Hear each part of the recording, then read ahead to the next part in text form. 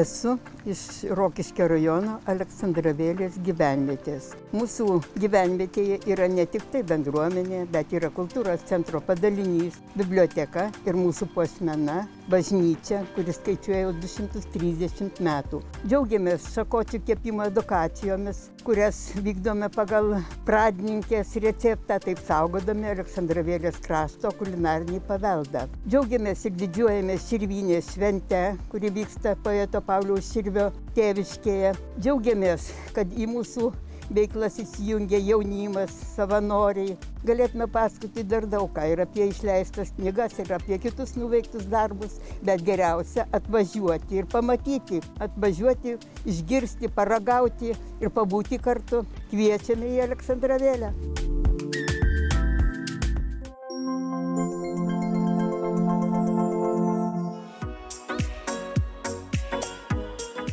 Pas mus bendruomenė, žinokit, yra nedidutė, nedaug žmonių, bet visi labai vieningi.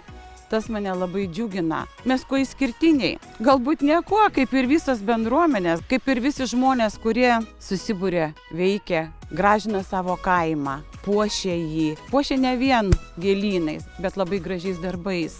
Na, o renginiai mūsų gražus, galim girtis, džiaugtis. Jau 24 metai šiemet buvo tokia mūsų rudens darbų pabaigtuvių šventė Cepelinų balius. Kitąmet mūsų šitai gražiai šventei 25 metai. Ir mes kviečiame jūs pas mus atvykti.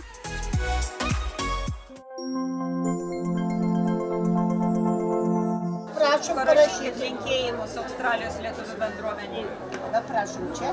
Esu Dalia Henkė, pasaulio lietuvių bendruomenės pirmininkė ir sveikinuosi iš tolimos Australijos. Čia sėkmingai veikia 75 metus lietuvių bendruomenė.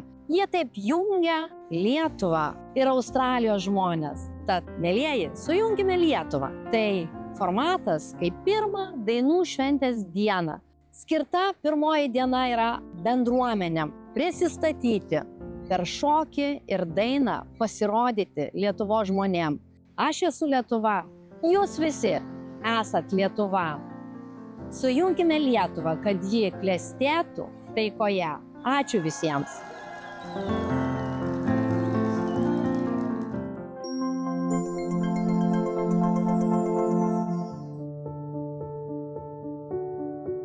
Mes esame Akmenės bendruomenė, jungianti žmonės, kurie savo kūrybą, darbais, iniciatyvomis kuria mūsų miestą.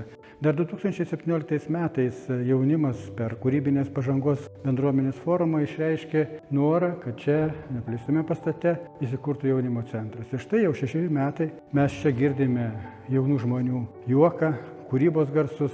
Bene svarbiausias mūsų pastarojo meto projektas įgyvendintas yra istorinė krašto siena, kurioje 6 bareljefuose atvaizduota mūsų krašto istorija nuo akmens amžiaus iki abiejų tautų respublikos.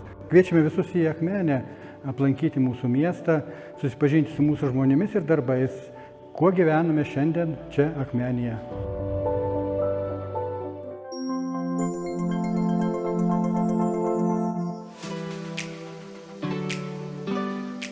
Esam Mitkaičių kaimo bendruomenė, Telšių rajone apsistojant. Labai mėgstam gamtą ir džiaugamės, kad aplinko mumis senai didelė graži. Tonkė suseinam pasibendrauti, pasibūti, o kada į mūsų kaimėlį ateina rugpjūtis ir parein graži žolinių šventė, daugkart mes visi sulekam kaip kurapkas iš ražeinų, rinkti augalėlių, sėklėlių, žolėlių ir darom floristinius kėlimus.